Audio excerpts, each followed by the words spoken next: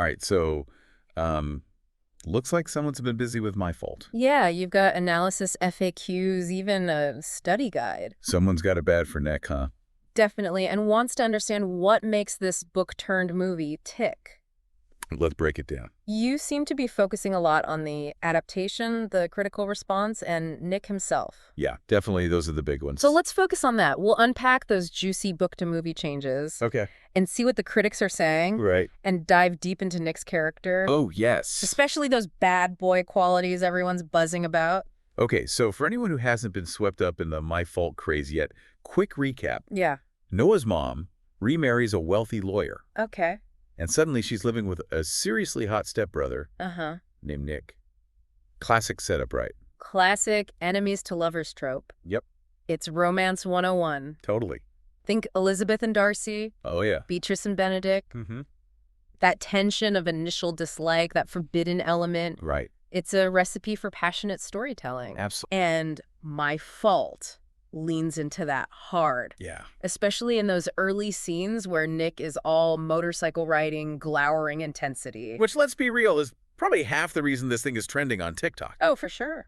But the movie apparently took some liberties with the story. Right. The movie streamlines the plot. Yeah. Makes sense for the screen. Makes sense for the screen. But one major difference is the ending. Ooh, interesting. Don't spoil it, though. I won't. But the book leaves things a bit more open-ended. Okay. Almost like Noah and Nick are still figuring things out. I see. Whereas the movie gives a more clear-cut resolution. So maybe the movie is for those who want a satisfying, Yes. like, tied up in a bow conclusion. Yes. While the book is for readers who like a bit more emotional ambiguity. Exactly. And that connects to a bigger point about the adaptation. Okay. What's that? The book really delves into the internal struggles of both Noah and Nick. Right. You get their thoughts, Yeah. their doubts, Uh-huh. the emotional baggage they're carrying. Yeah, I can see that. The movie relies more on the visuals and the actors' chemistry to convey that, Right. which is naturally limited. That makes sense. Yeah, it's like the book is a slow burn, Yeah. building that emotional connection over time, while the movie is more of an explosion of immediate attraction. A good analogy. Thanks. And this difference is especially evident in how Nick is portrayed. Okay. How so? In the book, we get a much deeper understanding of his past trauma, abandoned by his father, mother leaving when he was young. Wow. Yeah, that's rough. The study guide even has this great quote about how his fear of abandonment directly impacts his push and pull dynamic with Noah. Okay. Yeah. So he wants connection, but he's also afraid of it. He wants connection, but sabotages it because he's terrified of getting hurt again. So he's not just a bad boy for the sake of being a bad boy. Right. There's a reason behind those walls he puts up. Exactly. And that's what makes him so compelling. I can see that. He's this bundle of contradictions, tough on the outside, vulnerable underneath. The movie tries to capture this, but it's a lot harder to do without those internal monologues and flashbacks that the book provides. Right. So for our listener who's obsessed with Nick, the book is probably essential reading, right? I would say so, yes. But what about the movie's portrayal? Did it do him justice, at least visually? Well, Gabriel Guevara as Nick definitely has the look down. Okay, good. The reviews consistently praise his smoldering intensity and how well he embodies the bad boy with a hidden heart vibe. Okay, but good looks can only take you so far. Sure. Did the critics buy into his performance beyond just the surface level? Interestingly, there's a divide in the reviews. Okay, tell me more. Some critics found him convincing, saying his performance hinted at Nick's inner turmoil, Okay. even if the script didn't explicitly delve into it. So they're giving him credit for working with what he had. Yeah, exactly. What about the other critics? What were their gripes? Others felt the movie leaned too heavily on the brooding heartthrob stereotype Okay. and didn't give him enough depth. Right. They argued that the book's Nick is more nuanced and conflicted, Yeah. and the movie version felt somewhat simplified. Sounds like the classic book versus movie debate. It is. The book has more space to explore those layers. Yes. While the movie has to rely on shorthand and visuals. Exactly. But hey, if you're going for pure escapism and a healthy dose of eye candy, Yeah. maybe that simplified Nick is enough. Right. It depends on what you're looking for. Totally. But the fact that critics are even discussing Nick's portrayal and comparing it to the book Yeah, speaks to how central he is to the whole My Fault phenomenon. for sure. And speaking of the phenomenon, let's get into the fan reaction. Yes, because this thing is huge GE on TikTok, right? Huge is an understatement. Whoa, okay. It's all over Book Talk with fans gushing over Nick and Noah's chemistry. Yeah. Creating edits, dissecting every scene, and of course thirsting over Gabriel Guevara. Of course. So it's safe to say the movie's adaptation, at least visually, hit the mark for a lot of fans. But what about the critical reception overall? Right. Was it just a teenage girl obsession, or did My Fault manage to impress some of the more, shall we say, discerning reviewers? That's where it gets interesting. There's a definite split. Okay, I'm listening. Some critics praised the movie for its stunning visuals, the chemistry between the leads, right, and its ability to capture the heart-fluttering essence of first love. Okay. They acknowledged that the plot might be predictable and melodramatic, Yeah.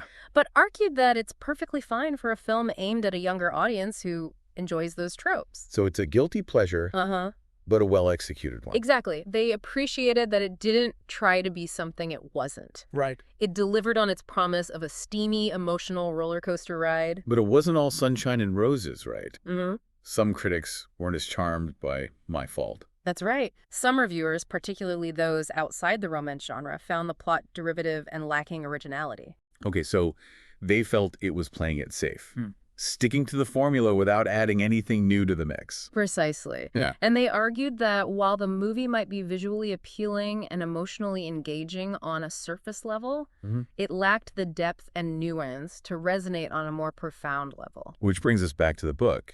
Because from what you've said, that's where the real character development happens, especially with Nick. Absolutely. The study guide you mentioned even pointed out specific instances where his past trauma influences his behavior. Right. Can you give us an example without spoiling too much for our listener? Absolutely. There's a scene in the book where Nick lashes out at Noah, pushing her away after a moment of vulnerability. In the movie, this comes across as typical bad boy behavior. Right. He's afraid of commitment, blah, blah, blah. But in the book, we get Nick's internal monologue. And he's not just pushing Noah away. He's pushing everyone away. Wow. Because he's convinced he's not worthy of love. Let's wait. He expects to be abandoned, so he preemptively abandons others. Oh, that's heartbreaking. It's heartbreaking and adds a whole new layer to his actions. Wow. That's a great example of how the book provides that extra insight into his motivations. Yes. It makes you understand why he acts the way he does. Exactly. Rather than just seeing him as a brooding stereotype. Exactly. And the study guide even points out that this scene is key to understanding Nick's character arc throughout the story. He has to overcome this deeply ingrained fear of abandonment. Why? In order to truly let Noah in and allow himself to be loved. Okay, so for our listener who's clearly fascinated by Nick and wants to understand all his complexities, the book seems like a must-read. It's where you really get into the nitty-gritty of his emotional journey. Absolutely. The book dives deep into his psyche in a way that the movie simply can't replicate. But that's not to say the movie is without its merits, right? Right. We've talked about the visuals and chemistry between the actors. Yes. What else do the critics highlight as positive aspects of the adaptation? Several reviewers praised the film's soundtrack, saying it perfectly captured the mood and heightened the emotional impact of certain scenes. Yeah. They also commended the director's use of color and lighting to create a visually stunning and atmospheric experience. So even if the movie doesn't explore the characters' inner lives as deeply as the book, it compensates with a more sensory experience. Exactly. You're drawn in by the music, the visuals, the overall aesthetic. It's appealing to a different part of the brain, so to speak. Right. I get that. Yeah. And for some viewers, that's enough. They want to be swept away by the romance, the drama, the sheer beauty of it all. Absolutely. And I think that's important to acknowledge. Yeah. Not every film needs to be a deep philosophical exploration of the human condition. Totally. Sometimes a well-crafted, visually stunning romance is exactly what the doctor ordered. Exactly. Speaking of romance, let's circle back to the fan reaction for a moment. Okay. You mentioned My Fault is huge on TikTok. Yes. Especially among book talkers. What are they saying about the movie adaptation? Are they happy with how their beloved characters have been brought to life on screen? For the most part, yes. There's a lot of positive buzz about the casting. Okay. With many fans praising the chemistry between the two leads. I mean, it's hard to deny the on-screen sizzle, right? It is. Gabriel Guevara as Nick is definitely giving off those bad boy you want to tame vibe. Exactly. And that's playing right into the fantasy that the book established. Right. But beyond the surface level attraction, a lot of fans are also commenting on how the movie captures the emotional core of the story.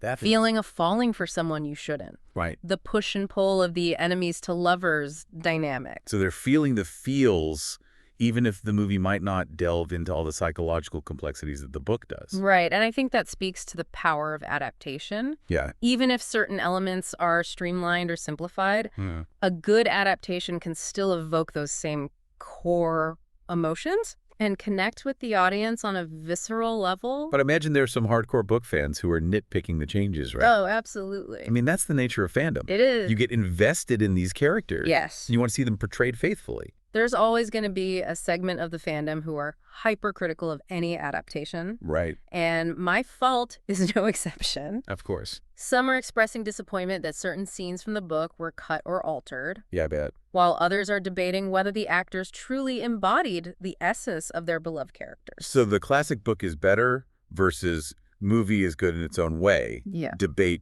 rages on. It's an eternal struggle, isn't it? It really is. But I think it ultimately comes down to recognizing that different mediums have different strengths and limitations. Right. A book can delve into a character's inner world in a way that a movie simply can't.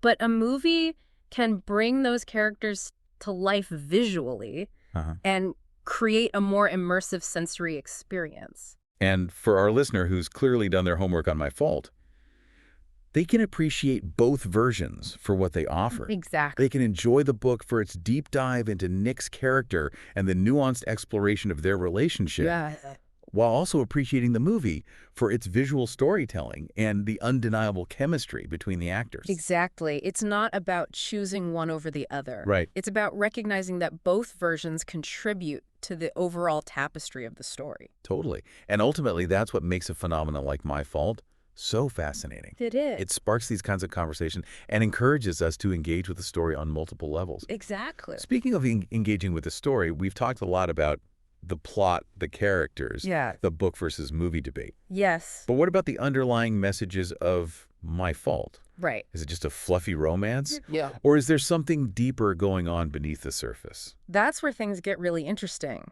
Because beneath the steamy scenes and the dramatic twists and turns, My Fault is actually grappling with some pretty profound themes. Okay, like what? Trauma healing. Okay. The search for connection and belonging. So it's more than just a guilty pleasure. Absolutely. There's some substance behind the swooning. Absolutely. And I think that's what resonates with so many people, especially those who identify with Nick's struggles. Yeah, what is it about his struggles that people are connecting with? He's a character who's been deeply wounded by his past. Yeah. Who pushes people away because he's afraid of getting hurt again. Right. And yet he yearns for love and connection just like everyone else. It's that classic bad boy with a heart of gold trope. Yes. But taken to a deeper level, right? Absolutely. He's not just a brooding heartthrob. Right. He's a complex character grappling with real emotional pain. Exactly. And his journey, both in the book and the movie, is ultimately about overcoming that pain and allowing himself to be vulnerable and open to love. And that's a message that resonates with a lot of people, regardless of whether they're teenagers discovering first love or adults who've experienced their own share of heartbreak and disappointment. Absolutely. It's a reminder that even when we've been hurt, we're still capable of healing and finding connection with others. Beautifully said. And I think that's what elevates My Fault beyond just a simple romance story. Yeah, I agree. It's exploring these universal human experiences in a way that feels both relatable and emotionally resonant. So for our listener who's been diligently researching My Fault, maybe it's not just about the steamy scenes and the captivating characters. Right. Maybe it's also about finding a story that speaks to their own experiences. Yes. And reminds them that they're not alone in their struggles. That's a powerful thought. And I think it speaks to the power of storytelling. Yeah. How even seemingly lighthearted entertainment can tap into deeper truths about the human experience. Right. And offer solace and connection to those who need it most. So even if My Fault started as a TikTok trend, it seems like it's become something more than that. Absolutely. It sparked conversations, ignited imaginations, and maybe even touched a few hearts along the way. And that's what makes it such a fascinating phenomenon to observe. It is. It's a reminder that entertainment can be more than just escapism. Totally. It can be a powerful tool for connection, empathy, and even personal growth. Well said. Right. And I think that's a perfect segue into discussing one of the most intriguing aspects of My Fault. Okay. The character of Nick, he's clearly captured the imaginations of readers and viewers alike. He has. But what is it about this brooding, rebellious stepbrother that makes him so irresistible? That's the million-dollar question, isn't it? It is. And I think the answer lies in his complexity. He's not just a one-dimensional bad boy stereotype. Okay. He's a young man grappling with a difficult past, Right. struggling to overcome his demons and open himself up to love. It's that vulnerability beneath the tough exterior that makes him so compelling, right? Exactly. He's got the motorcycle, the tattoos, the I don't care attitude. Yeah. But underneath it all, he's just a guy who wants to be loved and accepted. Exactly. Yeah. And that's a fantasy that resonates with a lot of people, especially in the context of a romance story. Right. We want to believe that even the toughest, most guarded individuals have a soft spot. Yeah. And that with the right person, Yeah. they can let down their walls and allow themselves to be truly seen. And Nick's journey throughout this story, both in the book and the movie, is about learning to do just that. It is. He starts out as this closed-off, emotionally unavailable character. Yes. But through his interactions with Noah, he gradually begins to confront his past, heal his wounds, and open himself up to the possibility of a genuine connection. And it's that transformation that makes him such a compelling character to follow. It is. We're drawn in by his bad boy charm, Right. but we stay for the emotional depth and the glimpse of vulnerability that he reveals along the way.